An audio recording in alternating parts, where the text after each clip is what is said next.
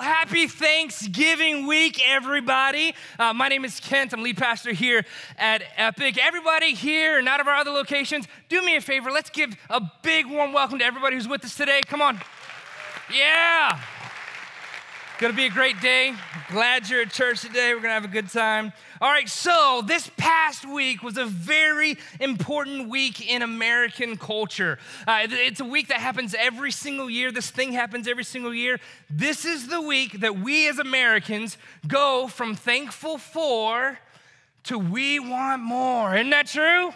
Yeah, we go from thankful for to we want more. This is the time of year where we spend one day being grateful, and then we spend a whole month filling our cart full. Isn't that true? One day being thankful, one day being grateful, then we spend a whole month filling our cart full. But it's not entirely our fault, is it?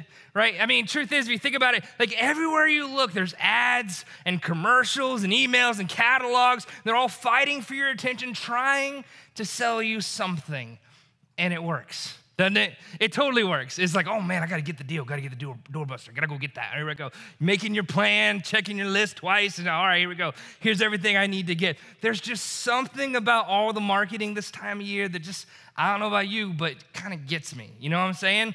And what's interesting is that just the constant barrage of ads, they can actually start to make you feel like everything you own is obsolete. Anybody else starting to feel that way?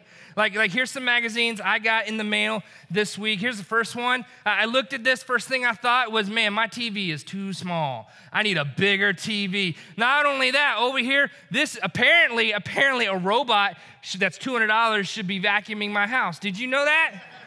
Like, how ancient am I that I've been using a real vacuum and a broom all this time? I've been doing that. So there's that. Over here is yet another Keurig, right? Which I think apparently over the last 365 days, coffee making technology has advanced a lot.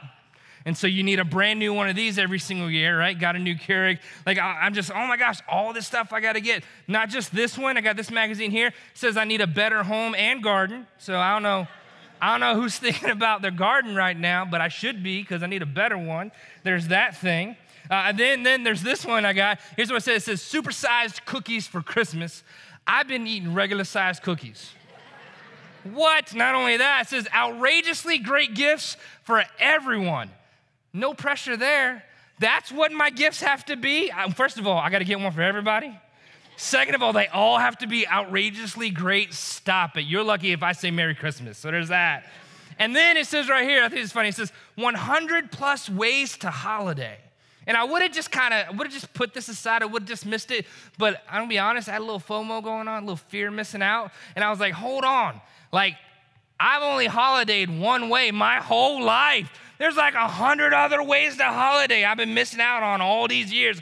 I better read this. And so that's just 3 of the catalogs, 3 of the magazines that came in the mail in my house. And I got to tell you, as I read through these things, man, I realized I had no idea how much of a loser I was. Seriously, my clothes are not cool enough. My house is not decorated enough. My technology is not advanced enough. And now I realize that everything about me is outdated. I am so 2017. You know what I'm saying? This sweater, 2016, people. Are you kidding me? I'm living on borrowed time. You serious? I shouldn't even go out in public.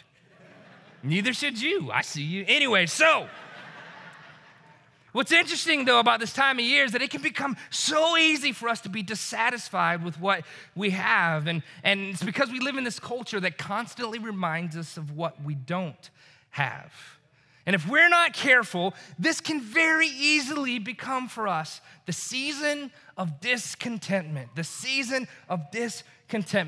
dissatisfaction with what we have, and a hunger for everything that we can't afford. At a time when we have smarter than ever phones and bigger and flatter than ever TVs and better than ever cars, this is the time of year that you and I are reminded that it all needs to be upgraded. Isn't that true? It's like, oh, this thing is like 4 days old. I probably need a new one. There's a new one. There's a shinier one. There's a faster one. I better get that thing. We all need to get that thing. It all needs to be upgraded. Now that stands in stark contrast to how most people how other generations have lived in past times. Now you might not believe this, but once upon a time back in the olden days, people actually kept things, get this, until they broke. What? Until they broke. And if those things did break, then rather than going to buy a new one, brace yourself because this is crazy talk. They would actually try to, anybody know? Yeah, you're old. Fix it themselves. Yeah, they try to fix it themselves. I know that's crazy. Who does that? You know who does that? My father-in-law does that. J.D. Isbell does that. This man, I'm telling you, he can fix anything. He's an amazing man. Fix anything. All he needs is some string and some bubble gum. You give that man some string and bubble gum, and he will give you back a fully functioning printer. Boom, done.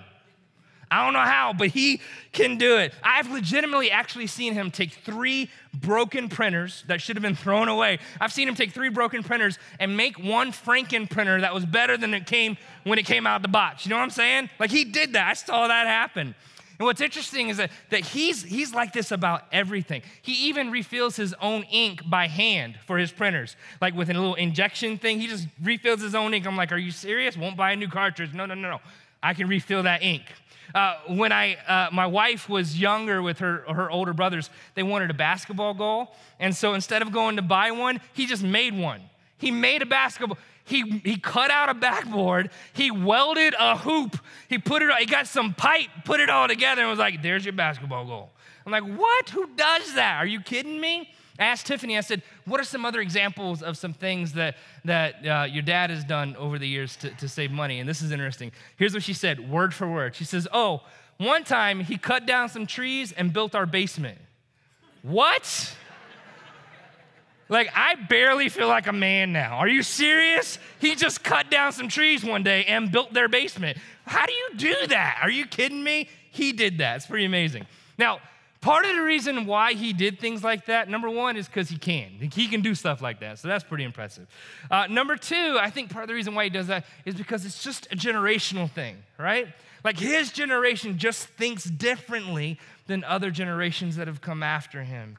In fact, I was talking to someone who's about his age, actually, just this past week, and he was telling me about a business that he had when he was younger. He's retired now. But the business that he had was a repair business where he says, I fixed TVs and radios and microwaves and things like that. And when he said that, I said, man, like I can't remember a time at all when I had anything like that repaired or fixed. I just can't remember a time. And he looked at me and here's what he says. He says, yeah, it's because we just live in a throwaway world. And I thought, it's true. Like that's what we do. When it's a little old or it's a little broke we just throw it away. We go get a new one. And we don't even think twice about it. In fact, we actually get a little bit excited when something's starting to kind of go. We're like, ooh, I get to get a new one. Like I can't wait to get a new one. Now, for me, I've got a different problem. I do most of my shopping online. And so my problem is that when I buy something on Amazon, Amazon says stuff like this. You might also like. I'm like, oh, I might also like. And not only does it say that, it goes on, it says something like this. Hey, the reason why I know that you might also like is because customers who bought this item also bought. And I'm like, they did? They bought that too? I should maybe buy that thing too. And then he goes on and says this, and so hey, you need to know this, by the way, other items are actually frequently bought together with this item, so you don't want to miss out. I'm like, I do not want to miss out. And so I'm looking at it, I'm like, if they're frequently bought together, there's probably a reason. Should check or click on that. Like, I don't know what it does, but I think I might need it. I don't even know what it does, but I think I might need it. So I click on it and see if I need it. Here's the thing, we're usually okay with what we have until we become aware of what we don't. We're usually okay with what we have until we become aware of what we don't have. And I think that's part of the problem because here's the thing, here's the principle here. Awareness fuels discontentment. Awareness fuels discontentment. The reason why you're not happy with what you have is because you're aware of what you could have. Or you're aware of what somebody else has that you want to have, right? And all of a sudden the things that you do have just aren't good enough anymore. And my son Cohen, he's 9 years old, and we've kind of worked out this deal with our kids where whenever we get a new phone, we pass down our old phone to our kids. And so my son Cohen has an iPhone 6. And it's not on a cell phone plan or anything like that, but he can play games on it, and he can, get online and things like that. And so we were talking about Christmas this year. And here's what he said. He says, Dad, for Christmas this year, all I want is anything newer than an iPhone 6. I was like, what?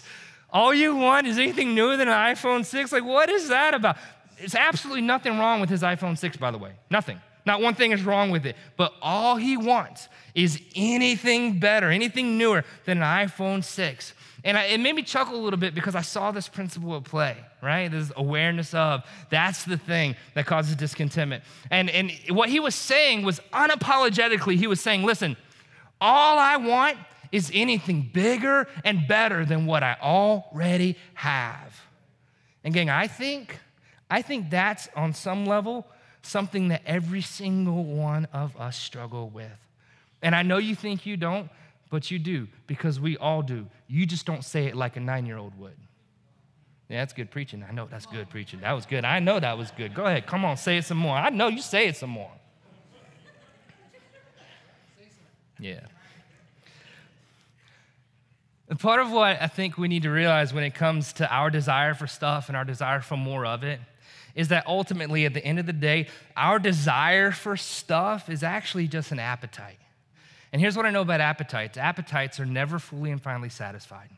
An appetite is never fully and finally satisfied. For example, no matter how much you ate on Thursday, Thanksgiving, I bet you ate on Friday too. Come on.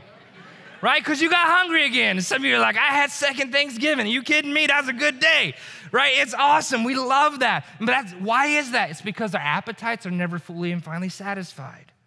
Right? You're never, ever going to eat so much in one meal that you'll never eat again, because appetites are never fully and finally satisfied. And it's the same when it comes to our desire for stuff or our appetite for stuff. As long as there is more to be had, you and I, just by nature, will want more than we have. As long as there is more to be had, you and I, just by nature, will want more than we have. And on some level, I gotta tell you, that's okay because it's just natural. It's normal to be that way, but it's also incredibly, incredibly dangerous. And here's why, just 3 reasons real quick. Here's one. Now, it's dangerous because this particular appetite is actually what drives us toward consumer credit card debt. I read this, 1 out of 4 Americans are still paying off debt from what they bought last Christmas. Did you know that? 1 out of 4 of us, 25% of us, still paying off what we bought, the presents we bought last Christmas. What's really scary about that this year is that our economy is stronger. And so because of that, we're a little braver. We're a little less cautious than we were last year. And so it's likely that we'll spend even more money than we did last year.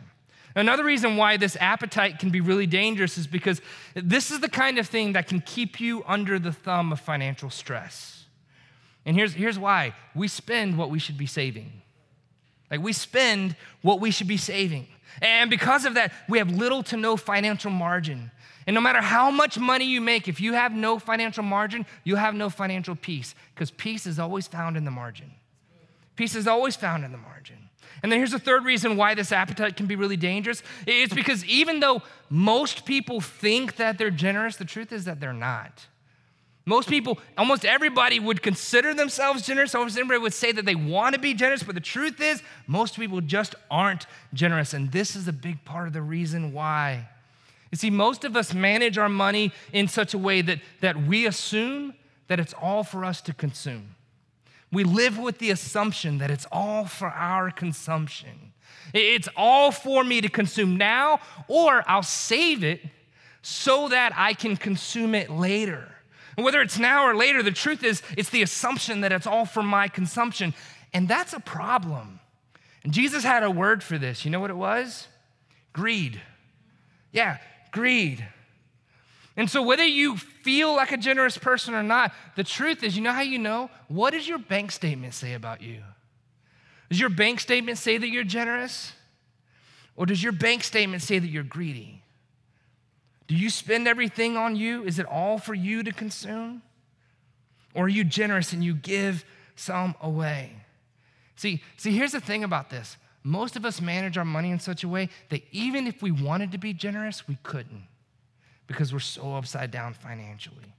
That's why it's so dangerous. There's a couple things I want you to know that I'm not trying to say this morning. Here's the first thing. I don't want you to hear me saying this, that you should never, ever have or get anything new. That's not what I'm saying at all, right? There's nothing wrong with having new things. God wants you to have new things. God wants you to have good things. That's okay. But there is something wrong when discontentment with what you have drives your behavior and causes you to make poor financial decisions that ultimately won't help, but will harm you, and that ultimately will not put you in a position where you can do anything good for anybody else. That's not okay. There's something wrong with that. And the other thing I don't want you to hear me saying is this, that all discontentment is bad. That's not true. There's good discontentment as well. Like if you have a bad habit and you're tired of the way that habit is running and ruining your life, and you're finally at the place where you're like, enough is enough, I'm gonna do something about it, that's good discontentment. Tiff and I have been meeting with a nutritionist, not because she needs to, but because I need to. And so we've been meeting with her for a little bit, and we've been making some changes. And it's slow and steady, but I've been on this plan and we're working it so far. I lost 30 pounds. It's pretty cool. That's pretty neat. Yeah. It's kind of weird that you clap for that, but hey, whatever, I'll take it. And I told you this before. I gotta be careful. I don't want to lose too weight. I don't want to lose too much weight, go too far. I don't want to end up getting too sexy. You know what I'm saying? Like as soon as people's heads start turning, I'll be like, all right, I'll lay off. Slow down a little bit, right? But that's good discontentment, right? Hey, here's another example of good discontentment. Here's a big one. When it comes to injustice in the world, dissatisfaction and discontentment has led to all kinds of great things. It's dissatisfied and discontent people that have made the biggest differences in the world. It's the people that looked at things like hunger and homelessness and poverty and addiction and joblessness and disease and orphans and poor education and lack of clean water, and looked at those things and thought to themselves, you know what, that's just not okay with me. It's those people that have helped find real solutions to those kinds of problems. So hear me, not all discontentment is bad. There's good discontentment as well. But here's the thing about that's different about them. These people that have changed the world, they aren't controlled by the kind of discontentment that so many of us struggle with. They're controlled by a different kind of discontentment. And their discontentment doesn't drive them to make poor financial decisions. Their discontentment drives them to do great things. Their discontentment drives them to do things like invest their finances in things that really matter, invest their life and invest their time in things that matter most. That's the truth. They're driven by a completely different reason. They'll invest themselves and their lives into things that maybe even won't benefit them, but that they know will ultimately probably benefit someone else. And gang, I think that's the secret. I think that's part of the secret to taming the beast of discontentment in your life. I think that's part of the secret to overcoming the monster of more in your life. See, you don't overcome discontentment by deciding, I'm just gonna be content with what I have. You overcome discontentment by replacing it with something else. And when you do, as we'll see in just a minute as we look through the scripture, you will discover a life that's really worth living. When you do that, you will discover a life the way that God always meant for you to experience. God always meant for you to have. The life that God always dreamed for you to live. Now, to flesh some of this out, I want to walk you through something that the Apostle Paul actually says in a letter that he wrote to a young man he was mentoring named Timothy. And in this letter, Paul says some things about contentment that are so powerful that I thought, man, this would be the perfect week for us to look at this, especially right between Black Friday and Cyber Monday, all right? So are you ready? Yeah, are some of you worried? You should be, okay, but it's too late. We're here, let's do this. Here we go. 1 Timothy chapter 6, starting in verse number 6. This is the middle of a conversation. Here's what Paul says to Timothy. He says, but godliness with contentment is great gain. Paul says to Timothy, he says, you wanna have great gain in your life? Well, yeah, of course I do. Well, let me tell you how to do that. Let me tell you how to get that. He says, godliness with contentment is great gain. Now, that word godliness, it shouldn't scare you, it shouldn't throw you off. The word godliness simply means God-likeness.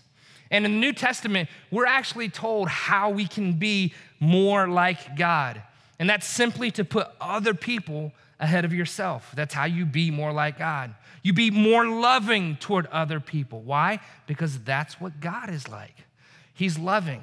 The scripture says, for God so loved the whole world that he what? He gave. He so loved that he gave. And so if you and I are going to be godly, then we should start putting other people ahead of ourselves and be more loving and be more giving toward others. So Paul says, hey, you want to have great gain in your life? Here's how you do it. Put other people first, and then decide that you're going to be fine with what you already have. You put other people first, and then decide you're going to be fine with what you already have, and that's going to lead to great gain. To which we reply, no. I mean, think about that for a second. Like, not only is that probably not a good strategy in order to reach or have great gain, but that is probably the exact strategy in order for you to experience great loss. I mean, come on, put other people ahead of yourself, make sure they get theirs before you get yours, and then be happy with what you already have. How in the world is that gonna lead to great gain? No, that's great loss. All day long, that's great loss. Aside from that, it's not even American. It's like, what? What is this that you speak of, Paul? Are you kidding me? Paul says, hold on. Let me explain. Here he goes, verse 7. He says, for we brought nothing into this world, and we can take nothing out of it. He says, hey, listen, and this is so powerful, we gloss right over it. He says, hey, don't confuse your self-worth with your net worth. Like, your value has nothing to do with what you do or do not have. You had value before you ever showed up on the planet because I valued you. And he says, you brought nothing with you. You can take nothing with you when you leave. And so what you have, what you amass, what you acquire, that doesn't even really matter. Which brings us to a really disturbing question. And man, I hope this question messes you up for at least 30 days from now till Christmas. Here it is. Other than stuff, what will you leave behind? Like, other than your stuff, because everybody leaves their stuff. Every single one of us, we leave our stuff. Other than your stuff, what is it that you're going to leave behind? Right? Other than your stuff that he says doesn't even really matter. What is it that you're going to leave behind? What will the world around you have gained other than your stuff because you were here? That's a good question. But Paul actually turns this around on himself a little bit. And here's what he says. He says, here's how I'm starting to work this out in my own life. Here's what he says, verse 8. He says, but if we, talking about himself and the other guys that were traveling with him, if we have food and clothing, we'll be content with that. He's like, hey, as long as we got something to eat and some clothes to wear, I'm good. That's it. It's like, really? That's it? He's like, yeah. He's like, I'm not saying that that's what you should do. I'm just saying that's what I'm doing. I think the question we have to ask is, well, did it work? Like, what did Paul leave behind? Now, arguably, the Apostle Paul, he impacted the world more than any other person on the planet other than Jesus. Did you know that? Like, the letters that he wrote to different churches that he started, they make up more than half the New Testament. To different people that he mentored, they make up more than half the New Testament. And it's helped shape culture, helped change the world for more than 2,000 years. And so I'm sure you can ask Paul, you say, Paul, hey, but what about getting a bunch of stuff? Like, what about the stuff that you wanted to get? He's like, stuff? I don't really have a bunch of stuff. I'd rather help shape the world for 2,000 years. Like, oh, okay. You're about that. I see. You got bigger goals, bigger plans. Okay, I see that. Paul says, hey, listen, Timothy, you want to have great gain in your life? You've got to take your focus off of all this stuff. You got to take your focus off all the stuff that glitters, all the stuff that's newer and faster and better. You got to put your focus on something that really matters. I'm not saying all that stuff is bad, but I'm saying, don't you want more than just that? Like, don't you want to be able to leave more than just a bunch of stuff when you're gone? Come on, if you died today, what would you leave behind? Other than your stuff, what would you leave? That's a good question. Paul says, hey, you should think about that. You should consider that. He goes on, verse 9, he says, those who want to get rich, time out, quick survey, anybody? Right, all of us. Every single one of us, those who want to get rich, and get this, a little depressing, follow me, here we go. Those who want to get rich fall into temptation and to a trap and into many foolish and harmful desires that plunge people into ruin and destruction. Really, Paul? Seriously, tell us how you really feel about this. Like, what in the world? Who made you mad? Are you kidding me? Ruin and destruction? Like, what's that about? What he's saying here is, listen, he's saying, hey, if the focus of your life is all about acquiring stuff, if the focus of your life is all about bigger and better things, then listen, Timothy, you're in danger. He's like, look, man, I'm not saying that having things is bad.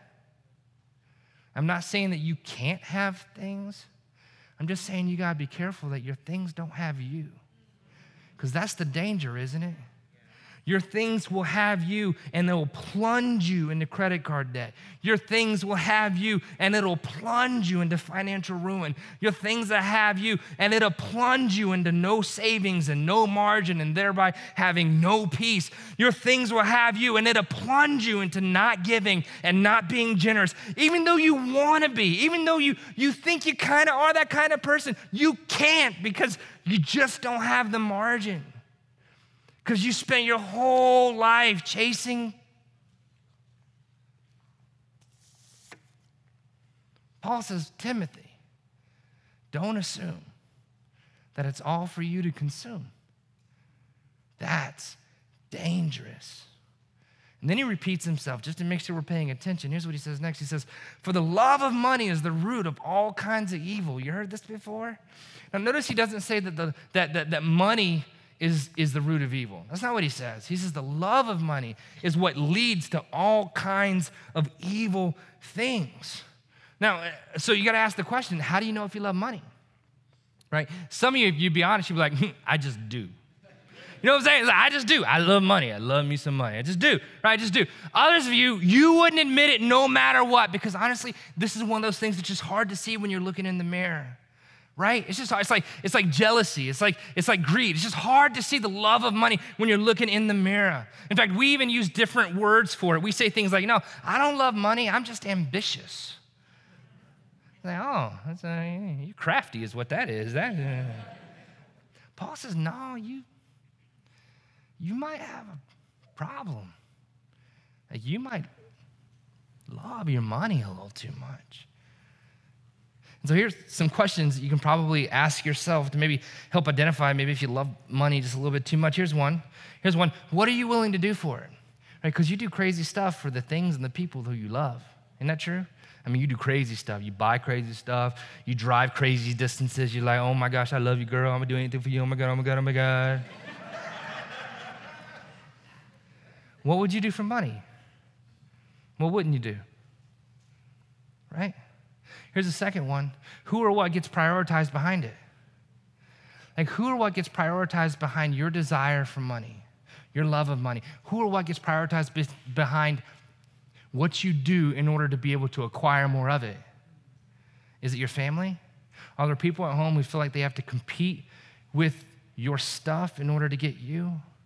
Are there people in your home who feel like they have to compete with what you do to get money in order to get you? If there is, it's not okay. Right? Who or what gets prioritized behind it? What about God? If you're a follower of Jesus, then you're called to give a percentage of your income back to God through his church to support what God is doing here in this city. Where does that land on your list of priorities? Do you come first? Or does God come first in that list? Who or what gets prioritized behind it, right? He goes on, second part of verse 10, he says, some people eager for money have wandered from the faith and pierced themselves with many, many griefs. He says, listen, this is so dangerous, it'll even cost you your faith. You'll walk away from God because of it. It's something that it'll become your God. In fact, Jesus said one time, he said this, no man can serve two masters. You can't serve both God and money. It's so interesting that he says both God and money. Of all the things that he could have put in this blank, you can't serve both God and the devil, right? You can't serve both God and yourself, right? No, Jesus says, no, you can't serve both God and money. It's because he knows us even better than we know ourselves. See, Jesus knew that the one thing that had the potential to edge him out for the priority in our life would probably be our money, not the devil. Our money. Jesus knew that the thing that had the greatest potential to steal the affections of our heart would be our money. And so Paul says, Timothy, listen, this is so dangerous. You need to know that. And then he turns a corner.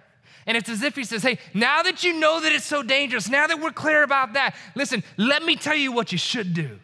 Let me tell you what you should do instead. Here's what he says in verse 11. He says, but you, man of God, or he would have said woman of God if he was writing this to a woman, but he's writing to Timothy. But you, man of God, flee from all this. He says, hey, you need to run from that incessant desire to get more and pursue more. And he says, instead, he says, replace it. Instead, pursue righteousness. In other words, do the right thing.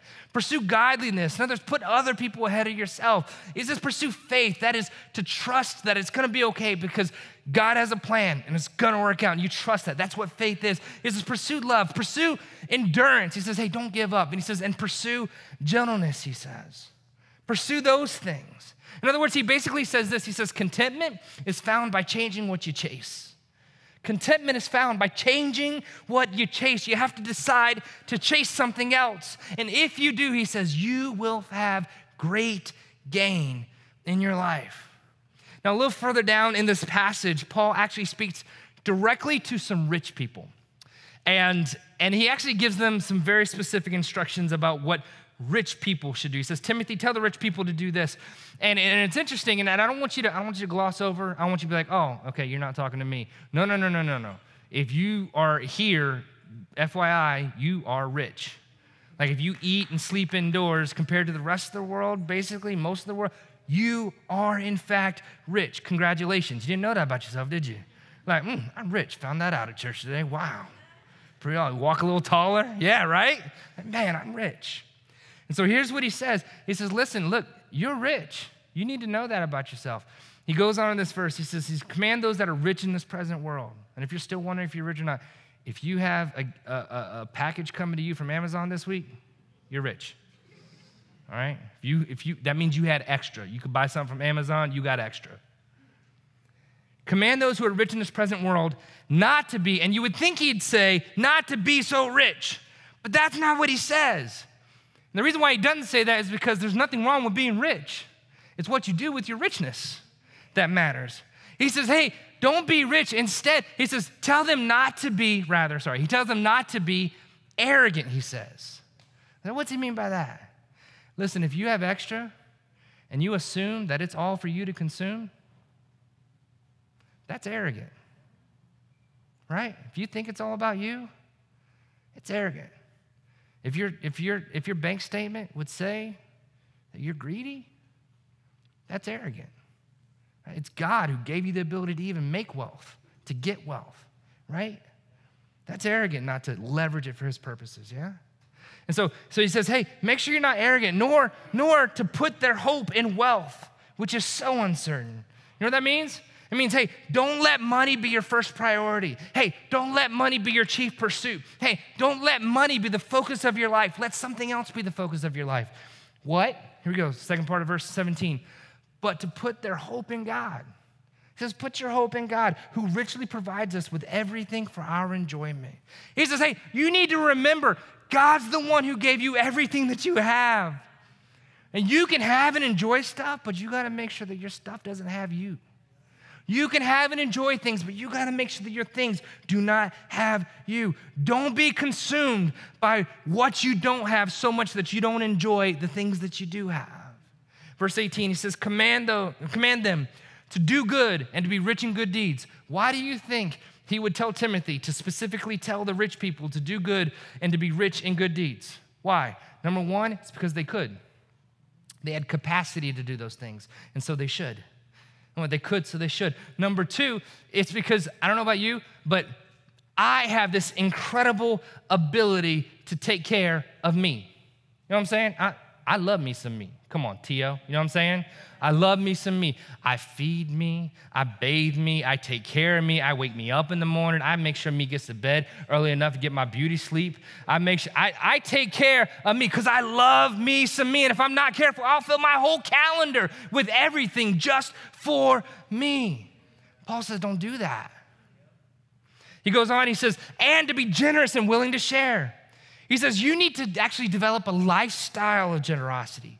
That means you need to have a plan for how you're going to be generous. You need to do something regularly, on schedule, a certain percentage. This is what I do. This is how I give. I'm consistent about this. He says, don't assume that's all for you to consume. He says, you need to be willing to share. God's the one who gave you all that stuff. And then he brings it home. I love this, verse 19. He says, in this way, in what way?